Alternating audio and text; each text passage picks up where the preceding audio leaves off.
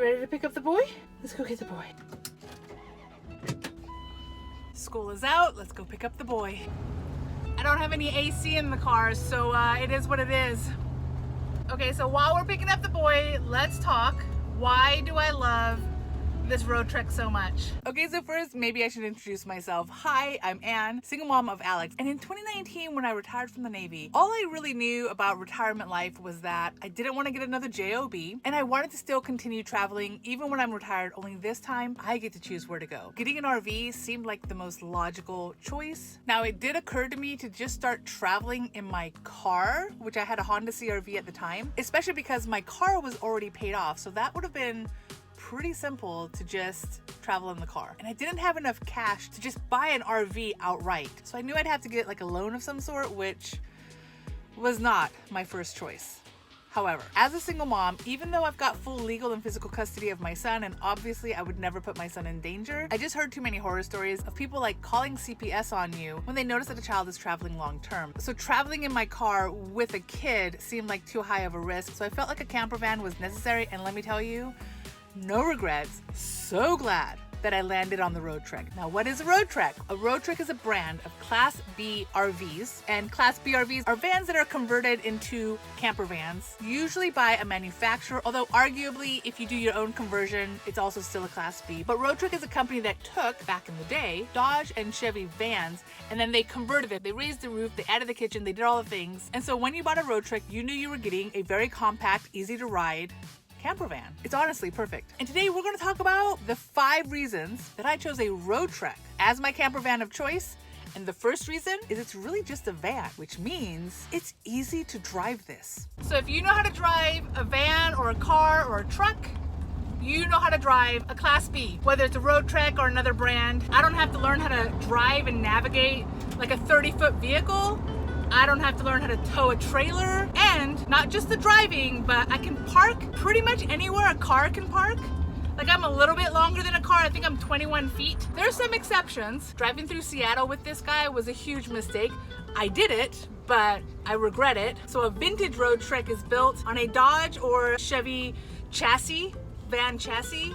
So getting it repaired is equally easy. Probably the only difference in terms of taking care of the car portion, the vehicle portion, is you're gonna fill your tires a little bit more to handle all this extra weight than what the Dodge recommends, right? Right now, I'm not even living in the RV, but I'm using it as a regular vehicle because it's convenient enough.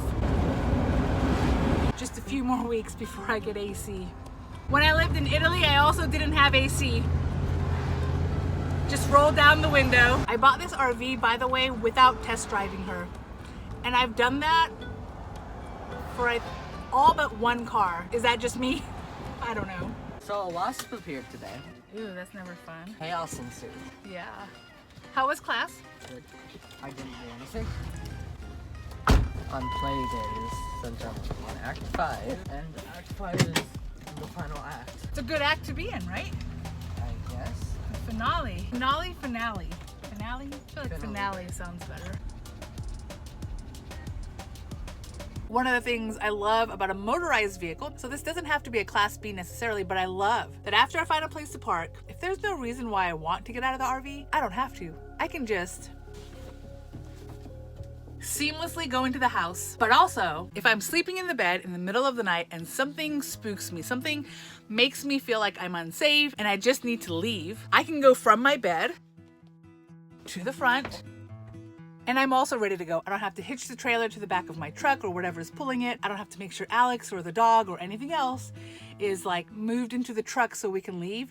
Like, we're ready to leave. And in fact, when we were doing full-time RV life in North Dakota, there was like a thunderstorm happening.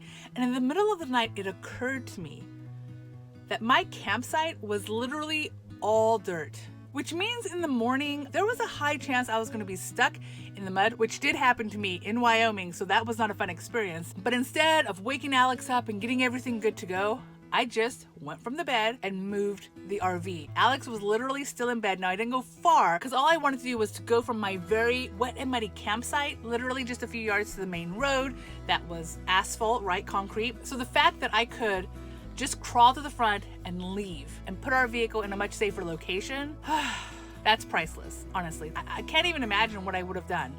Would I have just let myself get stuck in the mud? Because the idea of going out into the heavy rain with my kid, with my dog, would that have deterred me? I don't know. Anyway, at that time, I was just super grateful that it wasn't something I had to consider. It wasn't something that I had to go, ooh, is this unsafe? I just went to the front, moved the RV, and then crawled back into bed, fell asleep. I can't imagine ever not wanting a motorized vehicle, and I also think I will always want a Class B van. Also, a Roadtrek is a ready-made house. So I've got a kitchen, place to cook, place to put my cold items. Behind that is a toilet. This middle area is actually also my shower.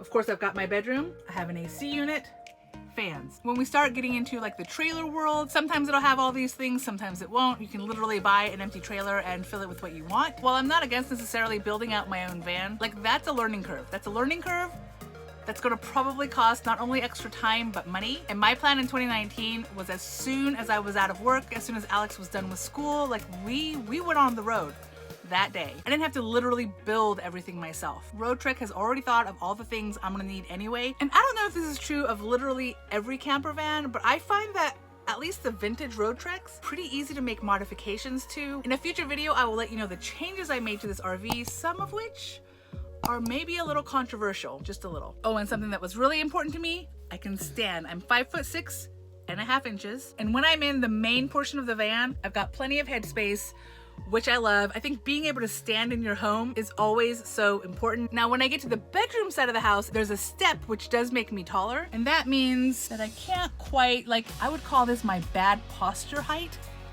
but I can't like fully stand upright in here because I definitely touch the ceiling, but it's a soft ceiling, so that's nice. Reason number 4 why I love the Roadtrek especially is because of the Facebook group. One of the things I highly recommend you do, whether you get a Roadtrek or another brand of RV, this also applies actually if you're moving to Mexico, but start joining the Facebook groups that are specific for the vehicle you're looking at, because Facebook just has a wealth of knowledge, and there's almost always somebody on who can answer very specific questions, you know? For example, I can't even remember what you called the part, but when you're filling up your vehicle with gas, right? From where you put the nozzle to the actual tank, there's a metal pipe that connects the two. And when I was in Seattle, I noticed that my gas was leaking.